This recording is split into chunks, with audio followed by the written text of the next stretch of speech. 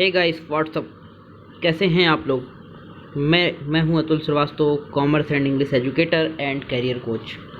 आज मैं आपके लिए फिगर ऑफ स्पीच का लेसन लेकर आया हूं, जो कि फर्स्ट ईयर और इंटर दोनों में पूछा जाता है। एनुअल एग्जामिनेशन में बहुत इंपॉर्टेंट है। अभी तक आप लोगों ने हिंदी में अलंकार के बारे में सुना होगा, लेकिन अब इंग्लिश में भी अलंकार के बारे में आपको पढ़ना पड़ेगा और इसकी डिफिनेशंस एंड एग्जांपल्स को याद करना पड़ेगा। तो फिगर ऑफ स्पीच का मतलब होता है अलंकार। तो चैनल को सब्सक्राइब कर लीजिए और बेल आइकन को प्रेस कर दीजिए ताकि आपको नोटिफिकेशन मिलता रहे और इस तरह के वीडियोस और कंप्लीट कोर्स आपको फ्री में प्रोवाइड होते रहें। दूर दूर तक चैनल को शेयर कर दीजिए, जिससे आपका भी भला हो और आपके दोस्तों का भी भला हो और साथ ही साथ आपके चैनल का भी भला हो। ये चैनल सिर्फ आपके लिए बना हुआ है दोस्तों। आइए जानते हैं फिगर ऑफ स्पीच की कुछ इंपॉर्टेंट बातें। अलंकार इंग्लिश में देखिए मुख्यतः 7 टाइप्स के होते हैं। There are 7 types of figure of speech: simile, metaphor, personification, apostrophe, hyperbole, oxymoron and onomatopoeia. अब सिमिली का मतलब होता है उपमा अलंकार, मेटाफर का मतलब होता है रूपक, पर्सोनिफिकेशन मानवीकरण, एपोस्ट्रोफी संबोधन, हाइपरबोल अतिशयोक्ति, ऑक्सीमोरन विरोधाभास और ओनोमाटोपोइया ध्वनि सूचक। सिमिली की परिभाषा देखिए क्या है। In it two object of different kinds are compared in which at least one point in common. Here the word of comparison like so as are used. Life is like a dream and her face is as bright as moon. देखिए like आ जाए, as आ जाए, यहाँ पर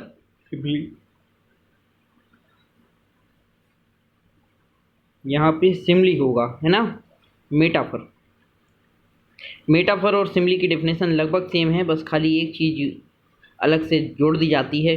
देखिए, in it two object of different kinds are compared but the word of comparison like so as are not use. यहाँ like so as का use नहीं किया जाता है, लेकिन डायरेक्ट तुलना की जाती है दो ऑब्जेक्ट के बीच में, इसीलिए यहाँ मेटाफर होता है। जैसे लाइफ इज अ ड्रीम, जीवन एक स्वप्न है।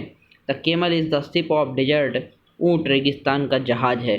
बिना लाइक सो एज के जहाँ तुलना होती है वहाँ पर मेटाफर होता है। Personification. In it, lifeless object and abstract ideas are thought of as living being. यहाँ पर जो लाइफलेस ऑब्जेक्ट और काल्पनिक विचार दिए होते हैं और उन्हें ऐसा माना जाता है कि उनमें जीवन है। जैसे एक्सपीरियंस की स्पेलिंग सही कर लीजिएगा, EXPERIENCE। Experience is the best teacher, है ना। अनुभव एक अच्छा अध्यापक है। तो देखिए, अनुभव कोई अच्छा अध्यापक नहीं हो सकता, अनुभवी व्यक्ति एक अच्छा अध्यापक है। लव इज ब्लाइंड, प्यार अंधा होता है। देखिए, प्यार नहीं अंधा होता है, प्यार करने वाले अंधे होते हैं, इसलिए यहाँ पर कोई पर्सन शामिल है, इसीलिए यहाँ पर्सोनिफिकेशन होगा।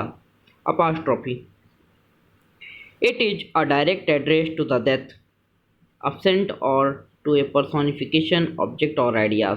देखिए, कह रहे हैं कि यहाँ पर direct address to the death है, जैसे O death come soon, O grave where is thy sting. इस तरह के सेंटेंस जहाँ पे दिख जाएं वहाँ एपोस्ट्रोफी होगा। हाइपरबोल को हिंदी में अतिशयोक्ति अलंकार कहते हैं। हिंदी में भी ये इंपॉर्टेंट होता है इंटरमीडिएट में। कह रहे हैं in it the things describe better और वर्स, हायर और less than they actually are. यहाँ पर वस्तुओं का वर्णन उनकी अपनी स्थिति से या तो बहुत बढ़ाकर या बहुत घटाकर या बहुत अच्छा या बहुत खराब वर्णन किया जाता है। ऐसी जगह पर हाइपरबोल होता है। जैसे सी वेप्ट ओसीन्स ऑफ टीयर्स, वह कितना रोई, समुद्र भर आंसू रोई। कोई इतना रो सकता है क्या? लेकिन यहाँ बढ़ा चढ़ाकर वर्णन है, इसलिए यहाँ पर हाइपरबोल है। Gagan smiled and all the world was gay, Gagan मुस्कुराया और पूरा संसार खुश हो गया। देखिए, कितना बढ़ाकर वर्णन किया है, यहाँ हाइपरबोल होगा। Oxymoron, in it two opposite ideas are put together. यहाँ दो अपोजिट विचार एक साथ रखे होंगे, जैसे लव इज बिटर स्वीट, प्यार खट्टा मीठा होता है। This is an open secret, यह एक खुला रहस्य है। तो देखिए ओपन, सेक्रेट, बिटर, स्वीट, ये दोनों अपोजिट वर्ड हैं और एक साथ रखे हैं। Mohan was an honest robber, Mohan एक ईमानदार डाकू है, और एन कर लीजिएगा, ऑनेस्ट रॉबर तो ईमानदार है और डाकू है, तो दोनों बातें अपोजिट हैं, एक साथ रखी हैं, इसलिए यहाँ पर ऑक्सीमोरन है। और आखिरी अलंकार है आपका onomatopoeia. In it the sound suggest its meaning. इसमें जितनी भी बातें हैं साउंड से रिलेटेड होती हैं, शोर से, आवाज़ से रिलेटेड होती हैं, तो ओनोमाटोपोइया ध्वनि सूचक होता है। जैसे डॉग बार्क्स, कुत्ते भौंकते हैं, I hear the humming of बीस इन द गार्डन, मैं बगीचे में मधुमक्खियों का भिनभिनाना सुनता हूँ। तो ये जहाँ पे आवाज़ की बात होगी वहाँ पे ओनोमाटोपोइया होगा। तो दोस्तों इसी के साथ हमारा फिगर ऑफ स्पीच कंप्लीट हुआ।